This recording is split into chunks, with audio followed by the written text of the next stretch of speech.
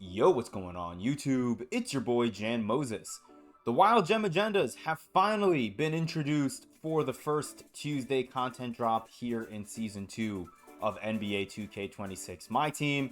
And so I felt like I had to provide an update video because in my previous video that I uploaded a few hours ago, I was quite upset about us not getting Wild Gem Agendas when the content update hit at about 11 a.m. Eastern.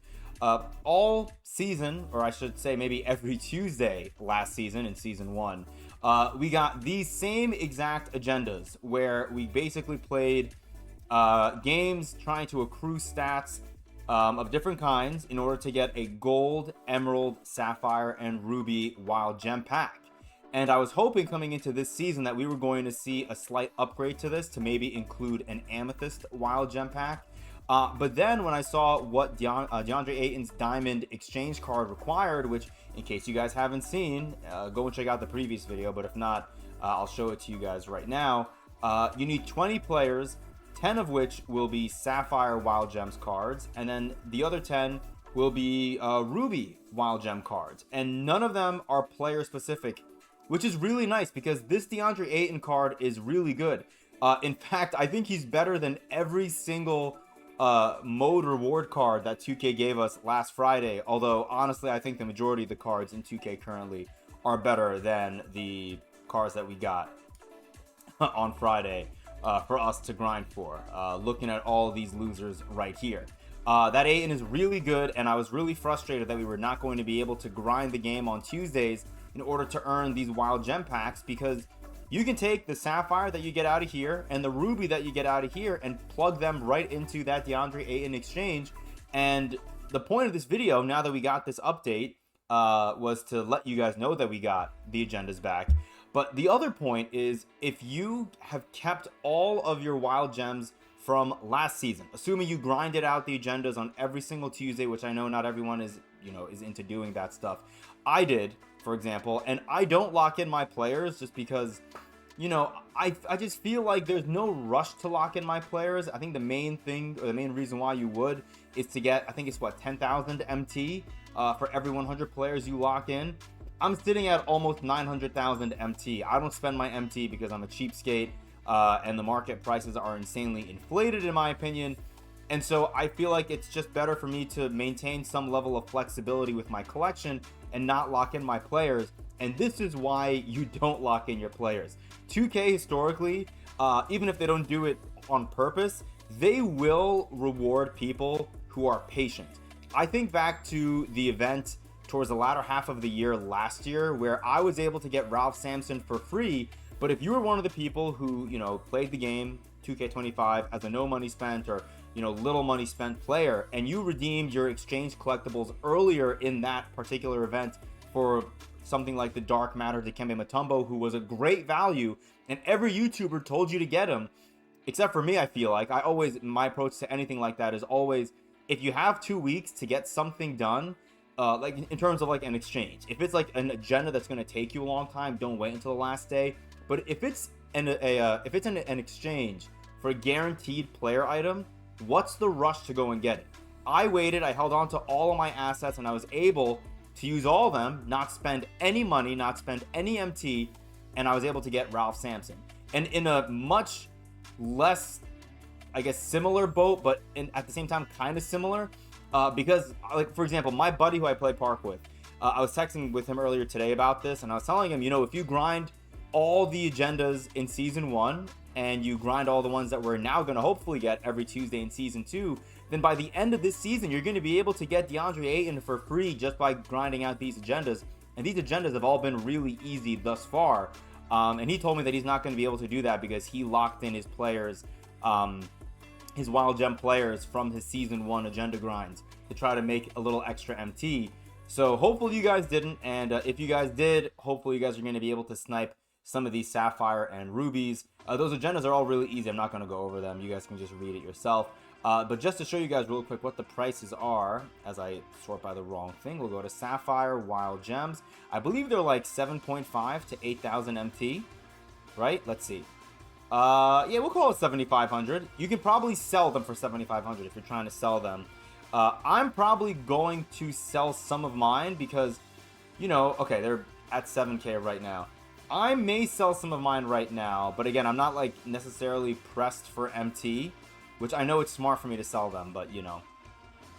I still want to make salary cap content, and I think the majority of my Sapphire Wild Gems that are auctionable, I picked up with the intention of running them in salary cap. Like, I'm not going to sell Craig Elo. The rubies are down a little bit in price, which is nice. Rubies are, we'll say like 20 to 22K is my guess. So, let's see. Okay, we'll say they're 20, we'll just say 20K, right? So if the rubies are 20K, and you need 10 of them, that's 200K. And then if the sapphires are 7K and you need 10 of them, that's 70K. So right now you can get DeAndre Ayton for 270,000 MT. Or you can just slowly grind out the game over the course of the next few weeks. And again, if you've not locked in any of your wild gems from season 1 and you completed all those grinds, you should be able to get DeAndre Ayton by like what? Thanksgiving? Like in like another 3 or 4 weeks. And if you're in a rush to get him, if you're like, oh, I'm not going to wait till Thanksgiving, then you can go and buy the players. But the point is, if you wait and if you're not in a big rush, you can just, you know, do it that way and then you can save the MT. And the reason why I say that, it just goes back to like, if you're playing this game for the fun of it and you want Ayton, then go and get Ayton today. If you're playing this game for the rewards, my question is why, first of all. And second of all, if you're playing the game for the rewards will hopefully be better in a few weeks. And so if you can save your MT and then just grind out the agendas to get 8 in that way, I think that makes much more sense to me than, you know, splurging some MT on the auction house for sapphires that are 7K and rubies that are going to be 20 to 21,000 MT. So yeah, we have a lot of them. You can see here, again, we have 7 ruby wild gems. Are they all unauctionable? Let's see. Bernard King, Rui, Vlade, John Williams, Glenn Robinson, Jabari Smith, Monte Morris. So they are all unauctionable. So I guess that does make sense because we had an extra week if you pre-order the game like I did. So I have 7 wild gem rubies from the previous 7 weeks of playing my team and grinding out those wild gem agendas.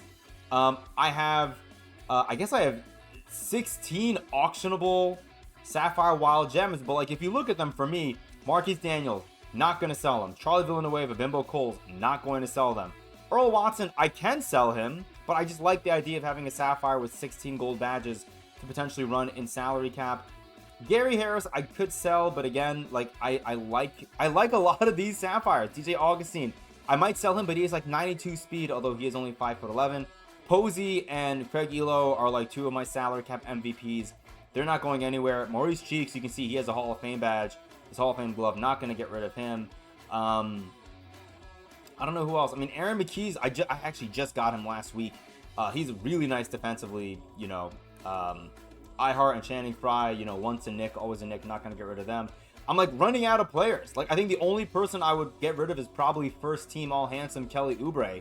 But that's it, you know, like, and I only got him because someone in chat told me to get him. I took him to shoot around and I hated his jumper. So, yeah.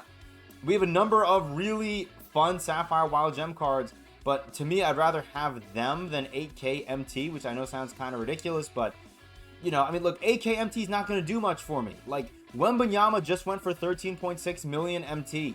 I'm going to be sitting on my MT for a while. So maybe I'll sell Kelly Oubre, maybe I'll sell someone else, but as of right now, I think I'm happy with who I have. This means to me, though, that I am 3 weeks away, because I don't think I have any unauctionable Sapphire Wild Gems who I'm crazy about. I'm roughly 3 to 4 weeks away from getting enough of these, you know, cards for Ayton. Obviously, I have a couple, again, like Rui Hachimura, who I really like a lot. I forget if Harvey Grant is a wild gem. Kind of hope he's a Gems of the Game card. Did I go past him? I think he's an 89, right? Maybe he's not a... Maybe he's a Gems of the Game card. But regardless, yeah, Bernard King I will get rid of. I don't really like that Bernard King card. Oh, he's a hidden gem. Okay, never mind. Oh, my team is not complying. Oopsies. That's fine. I'm not really playing salary cap right now. Anyways, we do have to do a salary cap report episode maybe on Friday. We'll have to see. But anyways, yeah, just wanted to show you guys the agendas. You can get DeAndre Ayton for free. It just requires a little bit of patience. I'm telling you, if you're patient in this game, 2K is not trying to reward you, but if you're patient, you end up getting rewarded more often than not. Yeah, that's all I got for you guys. Appreciate you guys. Until next time, I'll see you later.